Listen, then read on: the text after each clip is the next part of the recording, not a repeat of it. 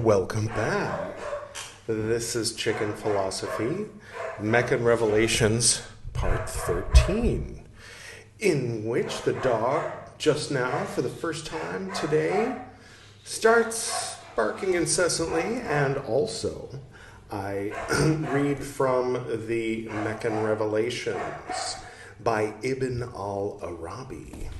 Hope everyone's doing well. I've got my coffee. Hey, Edward. Oh, hey, Pymander. How's it going? Good. Can't complain. How are you enjoying the new retirement from Chicken Philosophy and all? Yeah, it's been nice alternating with Chicken Philosophy rather than co-hosting Chicken Philosophy, and it's been good. It's been good. Nice. Well, to be honest, I wasn't expecting to see you back here so soon. What brings you back to Chicken Philosophy today? I had a thought. Sometimes when I'm reading, sometimes I go a long time without actually meditating. So lately I've been reminding myself to set aside time outside of, recording myself reading about Buddhism to actually practice Buddhism. And so I was wondering, what would you say, aside from reading Meccan Revelations, that you could do to practice Sufism? Gosh, back in 2018, early 2018, I started learning a couple of the prayers, and Rahis gave me the name Reeb Hasni and that ring.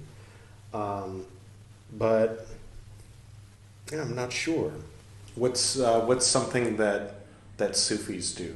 Well, dancing. That's the obvious thing. That's kind of what originally, was at least one of the big things that set the Sufis, in a unique category apart from the rest of Islam. Oh, good. Dancing. That's simple. When's the last time you danced? It was New Year's Eve. Technically New Year's Day, because it was after midnight, down at Alex's Place, that Beach Shack restaurant. When we were on our way out, these older women from, I think, Australia got us dancing, and Pew and I, and yeah, it was fun. It was nice to let loose on the dance floor a little bit. What do you think? Maybe you can twirl around and dance. Do you think Ibn Arabi danced? Oh, definitely. I'd say, I think in Damascus he would have had to do it in private, but certainly when he was growing up, his dad was the great sheikh. He grew up in a community of friends of God, and so I'm sure dancing was definitely a part of his life. Anyway, I'll let you get back to your Meccan Revelations, and just wanted to, say hi and wish you all the best. All right. Thanks for stopping by. Okay, well, that was unexpected. I will go ahead and get to today's reading, picking up right where we left off. Concerning reliance on the world, section 46 to the power of 73. Whoo! No, I'm sure that's section 46, and there's a footnote number 73. I'm not going to read the footnote, I'm just going to read the text. Okay. The entire title is, quote, concerning reliance on the world in respect of the world's being a writing inscribed on the parchment of existence, unrolled within the world of bodily things and engendered from the name of God, the quote within quotes manifest, end quote within quotes, end quote. Know that this reliance cannot be possessed by someone who has not received his knowledge by a divine instruction. It is as follows. We refer to the world By this word only to show, what word? Al-alam. Oh, leolam, right. Olam, alam. Same in Hebrew, basically. Slightly different vowel. Anyway, by this word only to show that it has been made a mark. Alama, okay. It has been established that being is God himself. And those of you who've been following the Ashtavakra Gita recitals might be having a little ding, ding, ding, ding, ding. He said that this had a lot in common with the Sufi literature, right? Being, with a capital B, is God himself. And that the constant variation in the forms manifested within it is a mark of the properties of the immutable entities of the possible things. Cool. It follows that those forms that are manifest through their properties within God himself, like writing manifested on a parchment, are named the world. This is pretty far out stuff, don't you think? They are made manifest by the divine name, the manifest. Or rather, this name is manifested through them. Let me read that again. I like that line. And by the way, we're reading Ibn Arabi, not the commentator, not the translator. So this is the English translation of the Futuhat that we're reading. That line was pretty great. Let me go back. It follows that those forms that are manifest through their properties within God himself, like writing manifested on a parchment, are named the world. They are made manifest by the divine name, the manifest. Or rather, this name is manifested through them. The divine name, the manifest. I'm curious what that is in Arabic. They've chosen, for whatever reason, not to give the Arabic name for that. All right. Here, God... sorry about all the throat clearing. Here, God is distinguished from the creation. Though the forms display variation, they have no effect upon the self manifest within them. Just as substance does not cease being substance because of the states and accidents that become manifest through it. For what becomes manifest is the property of the hidden meaning that has no existence save through the property in the eye of the beholder, or fi ein nazir. Anyway, okay. So its properties are neither existent nor non-existent, even though they are immutable. Ooh, cool. So that kind of helps to expound upon that line from earlier, from part 1. They are neither existent nor non-existent. Okay. It actually makes sense. It's not just like, oh, like a koan or something. You're supposed to be like, that broke my brain, I'm enlightened, the Satori. So the world is relied upon inasmuch as it is a mark, not of God, quote, for God is independent of the worlds, end quote, Quran 392, but of the immutability of the meanings that possess these properties which are manifest in God himself. Hence the world is a mark of itself, as is every single thing.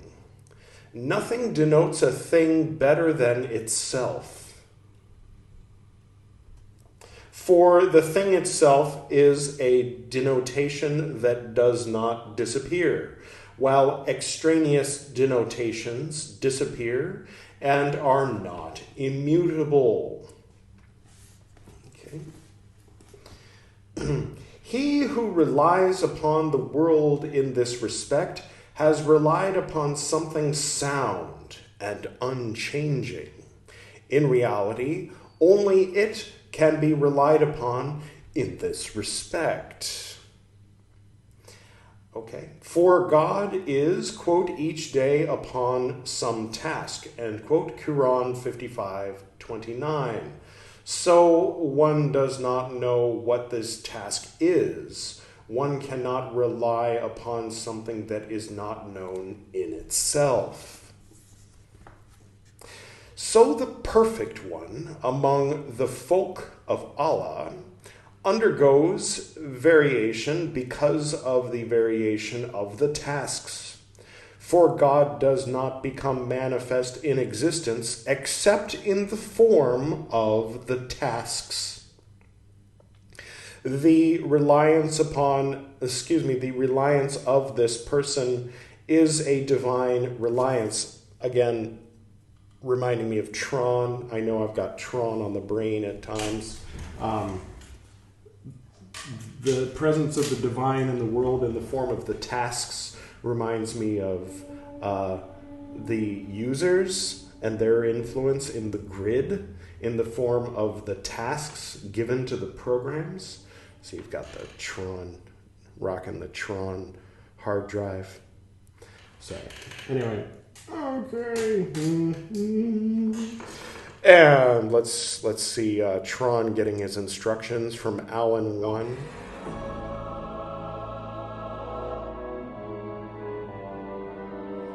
Yes, always nice. My friend Cindy Morgan there watching. Literally, she's a friend of mine.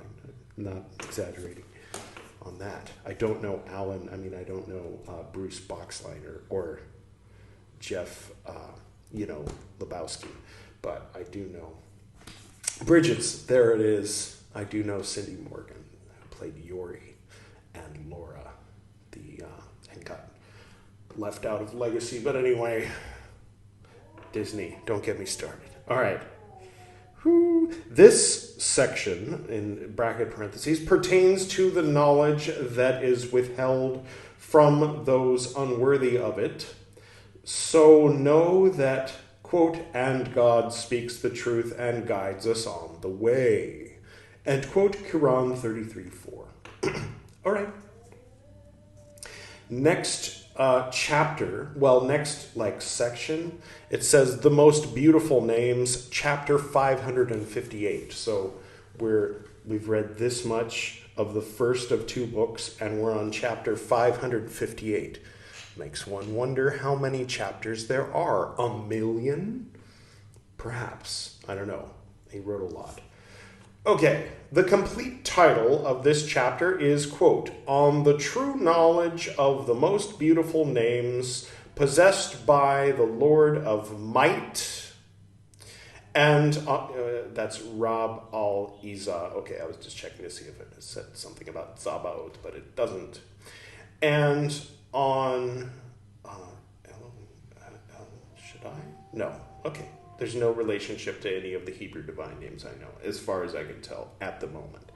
And on those which may and may not be literally ascribed to him. Okay, so the full title is On the True Knowledge of the Most Beautiful Names Possessed by the Lord of Might, and on those which may and may not be literally ascribed to him. It is one of the Futuhat's longest chapters, covering 131 pages and divided into 101 subsections, including an introduction, one section for each. Let's have some music. Can we have some music, Editor Edward? Editor me? Thank you. It's always better with music. I don't know why it took me so long to... All right. Sorry. Yes. Including an introduction, one section for each of the 99 most beautiful names, and a conclusion called, quote, The Presence of Presences, Comprehending the Most Beautiful Names, end quote. In effect, this chapter is a major book on the divine names, far longer than, for example, Al-Ghazali's Al-Maqsad, Al-Asna, or Fakir Al-Din Al-Razi's Lawami. al-bayinat. Translated, oh good, we're back to English. Translated below are the introduction and the first subsection on the divine name Allah. Correction, below is more of your rambling. You don't get to the actual translation until the next page. Higher up, then it says below. It says below are translated, and it's not. It's above. It's above on the back of this page. Sorry. Nitpicking in a very nerdy way. Okay, sorry. Where were we? Below. Where is it? Where are you? In the introduction of Ibn al-Arabi, translated below, yes. Translated below are the introduction and the first subsection on the divine name Allah. Or El, depending on your accent. Sorry. In the introduction, Ibn al-Arabi provides a succinct explanation of the, quote, oneness of being, end quote, employing theological language, the divine presence, that is, the sphere of existence dominated by the name Allah, embraces the essence, the attributes, and the acts or creatures. So everything that may be said to exist in whatever mode is denoted by the name Allah. Okay. In completing the introduction, Ibn al-Arabi turns to a linguistic discussion of how various words may be considered as divine names in order to explain why he has limited himself in the present chapter to a discussion of only the most beautiful names. In the translated subsection, he returns to a discussion of the oneness of being by showing that all things in the universe come under the sway of this all-comprehensive name. He then classifies in a theological manner the various kinds of names that it embraces. Finally, he turns to the proper and true human response to this name: bewilderment, worship, and the profession of incomparability. Allah, zikrinde Allah, fikrinde Allah, aklımda Allah, aşkımda Allah, aslımda Allah, kanımda Allah. Hasbi Rabbi Cellallah, ma fi qalbi gayrullah, nur Muhammad. Okay. Let's get back to the reading. Thank you to the musician who I'll put on the screen now for that. Okay. I see the ladder of the names rising and falling, through it blowing a wind from south and north. I wonder how to reach safely, for blindness is the brother of guidance, and affairs are not separate.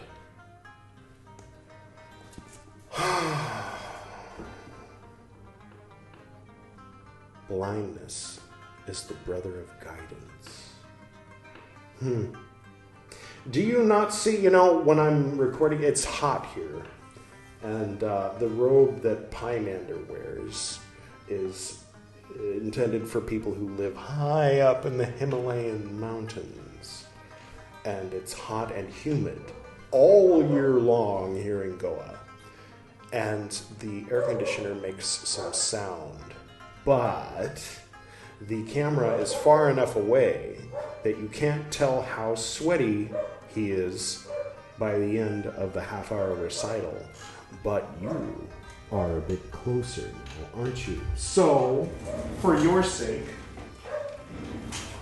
and I admit for mine own, I'm going to go ahead and allow for a little bit of noise pollution in addition to the dog, because chicken philosophy is supposed to be silly and something I don't take all that seriously.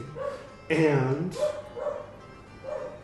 it's hot, and I would like to not be sweating. So I'm going to go ahead and turn it on. Sorry. Doodly-doo. Blindness is the brother of guidance. I dig it. I dig it. You can't have a cult without a cultee and a culter. Never mind. All right. Unless, okay, technically the Landmark Education Forum doesn't have a leader. Sorry. Yes. I mean, Warner Eckhart. Is that his name? Dad, what the fuck was that guy's name? Oh, by the way, I decided earlier when it was talking about being is the true God, or whatever that line was, I decided I'm going to be reading a line out of this today, rather than the usual Sufi poetry, because this is like Sufi poetry stereo instructions. I mean, this, when I'm reading Ashtavakra Gita, I'm like, oh, this reminds me of my dad's book. And sometimes when I'm reading Ibn Arabi, I'm like, oh, this reminds me of my dad's book. And never when I'm reading the Tipitaka, or when Pymander is reading the Tipitaka, do I think this reminds me of my dad. Except the statue that I sit in front of, or he sits in front of, Pymander, used to contain his ashes. This is the newer edition, by the way, Transformations. I'll put the link in the description. This is Transformations by John Dan Reeb. That's my dad. And why did I pull it out? Off camera? No. Why did I pull the book out? I don't know. Maybe, the blindness and the brother of... I'll just keep reading. I don't remember what prompted me to pull out my dad's book. I wonder how to reach safety, for blindness is the brother of guidance, and affairs are not separate. Do you not... Oh, yeah. The founder of Erhard Seminars Training. Yeah, Erhard, duh. Werner Erhard. There's a letter. I'm going to put it on the screen right now because I'm actually kind of proud of this. That's a letter from the office of Werner Erhard to my parents, congratulating them on my birth. I think he signed it even, if I recall correctly. I've given myself a lot of homework to do when I do the editing for this. He was doing Est when he wrote this. But my dad was quite an interesting fellow with a background in Hermeticism and Tantric Buddhism, and being an English professor, born in Shanghai, lived 99% of his life in California, then did Est training with Jeff Bridges. Not with Jeff Bridges, but Jeff Bridges also did Est training at around the same time. That's why he's so cool. The Big Lebowski, you know? Anyway, so in the midst of that, in 1976, my dad wrote Transformations. Never published it. I did. It's good. It's fucking good, actually. So, Meccan Revelations, that's what we're reading. Transformations, that's what you should go buy right now, because I'm not trying to make money off of having published this book. Therefore, since the cheapest that I'm allowed to sell this book for is like $4 and some change, that's how much it's listed for. So check it out. Transformations, John Dan Reeb on Amazon. Get yourself a copy. This picture was taken by moi, that is me in French. It was taken by me in English. I mean, there was no language involved. I took it with my camera. I took it with my phone. I took it with an iPhone 6, if you want the full disclosure on that, while I was hiking in the Himalayas. And then, as an afterthought, one day I was like, you know what? Poke Runyon's right. This is a kind of boring cover. But rather than taking him up on his offer to help me design a cover, I just copy-pasted a photograph that I took. I'll read from this later. All right. I'll go ahead and keep... Do you not see that in the fire God is just? That in the garden of Firdaus, what? He favors and obliges? In the garden of Firdaus, Firdaws, Firdaws, is that a kind of tree or plant that I am unaware of? This is not where Hassan bin Saul made his garden, is it? The Hashashins? I don't know if that's... Okay, if you say, quote, this one is an infidel, I say God is just. If you say this one a man of faith, I say he gives preference. This is the part where it's not very much like Ashtavakra Gita. Okay. Goyim, sorry. Here is proof that my Lord is one. God appoints and removes whom he will. So our enemies are his name. So our entities. So our entities are his names. They are nothing other, for in his own self he decrees and differentiates affairs. Like Bathsheba and David. No, different kind of affair. Okay. God says, quote, to God belong the most beautiful names. End quote, Quran 7:180. These are none other than the divine presences that are sought and codified, sought and entified, of course, by the properties of the possible things. And these properties are none other than the forms manifest within true being.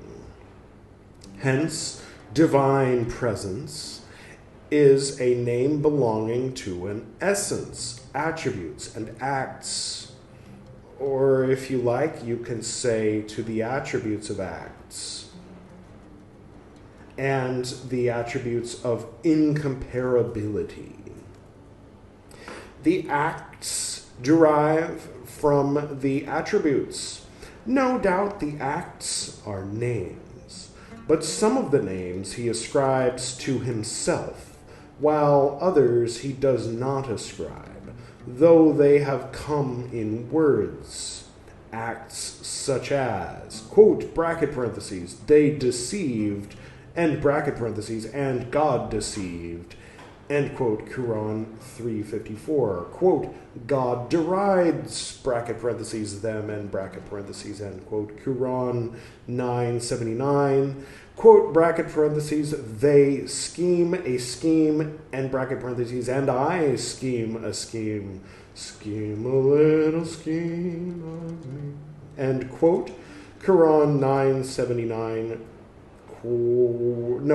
86:16, quote, God mocks them, end quote, Quran 2:15. In these cases, it is not impossible for an active noun to be built from the words. Okay. All right. I'll take your word for it. Maybe it's different in Arabic, because I'm pretty sure I could make active nouns out of some of these. Anyway. A similar case is provided by indirect expressions, such as, quote, bracket parentheses, he has appointed for you, end bracket parentheses, shirts to protect you from the heat, end quote, Quran 16:81. I like the idea of putting bracket parentheses in scripture quotes, because then you get to put whatever you want in the bracket parentheses. Let me try one. In the beginning, quote, in the beginning, God created the heavens and the earth, bracket parentheses, and baseball, end bracket parentheses, end quote. Okay, sorry. It's just an example of bracket parentheses in quotes when you're quoting scripture. Right? Yes. Okay. He has appointed, yes. In fact, he is the protector, while the shirt here is the deputy. And so on with other verses. There are also pronouns, professional nouns, no, pronouns, whether referring to the first, third, or second person, or to all things. First person, talking about God in the first person? I guess if it's written in the Quran, then it's allowed, because Gabriel was the one talking. And angels, as we all know, are God's radio transmitters, right? Okay. As in God's words, quote, "O people, you are the poor toward Allah." All right. Twice was enough, Editor Edward. And quote, Quran 35:15, where he is named by everything toward which people are poor, hence everything toward which someone is poor is a name of God. Everything toward which people are poor is a name of God. My brain broke, but not from profundity. Okay, it happens. Hence, everything toward which someone is poor is a name of God, since, bracket parentheses, as stated in this verse, and bracket parentheses, there is no poverty except toward him. Okay. Though no word is ascribed to him here, we take into account the meanings given us by the sciences. We've also taken into account something someone once said, blessed are the poor for the... Sorry. Glitch. Ancestor DNA glitch. As for prohibition and lack of it, in the ascription, bracket parentheses, of names and bracket parentheses, to him, that depends on God. Hence, if he has restricted himself to certain words in ascription, we also restrict ourselves, since we only name him by what he has named himself, those names which are forbidden. We forbid out of courtesy toward God. For we are in him, and we belong to him. Hence, in this chapter, we will mention presence by presence, the divine presences that God has alluded to as the most beautiful names. We will restrict ourselves to 100 presences. Then we will follow that with sections, each of which will refer back to this chapter. Among the presences is the divine presence, that is the name Allah. Allah, Allah, Allah. All right, I'll allow it. That's what it says here. It says it 3 times. His signs have passed judgment that he is Allah. Nope. Zip. Three times comedy comes in 3s, not 4s, Edward. Remember that. Glory be to him. He is greater than that. What? Than that any of his servants should win him. For there is no God but he. He alone possesses a name not shared by any other. That is the speaker's word, Allah. This is the presence that comprehends all presences. Hence no worshipper of God worships anything but this presence. God judges this in his words, quote, "Thy Lord has decreed that you shall not worship any but him." End quote. Quran 17:23. Though it might sound familiar to the folks out there who've read Exodus. Sorry, I just had something on that. You are poor toward Allah. End quote, I guess. Okay, end quote there was. Well, I don't know what's going To God belongs what is hidden. To God belongs what appears. How excellent is that which is God, that which is none other than He. All right. Sometimes I like to finish chapters, but not finish chapters like from Finland.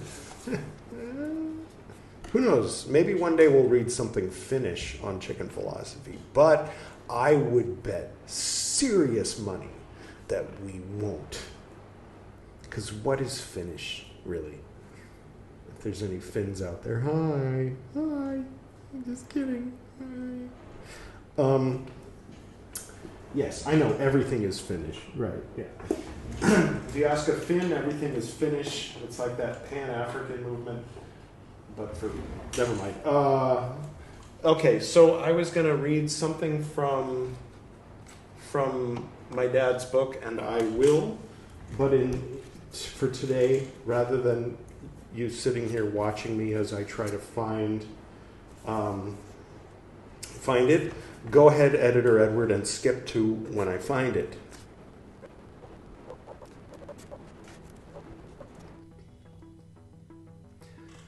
Closed systems, open as petals to the sun.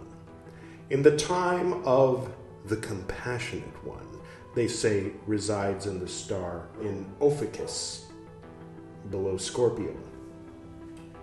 Those who remain attached to fixed egos, all of which are closed systems, may feel the transformation as burning fire. Those who come into being, capital B, contact, and get that they can only remain there, may experience the transformation by dancing through the fiery furnace. How does one take this? Get what you get, hang out with it, be willing to move on. Survival is the yoke of ego, which is burned off. Aliveness is the delight of being, which breathes in its own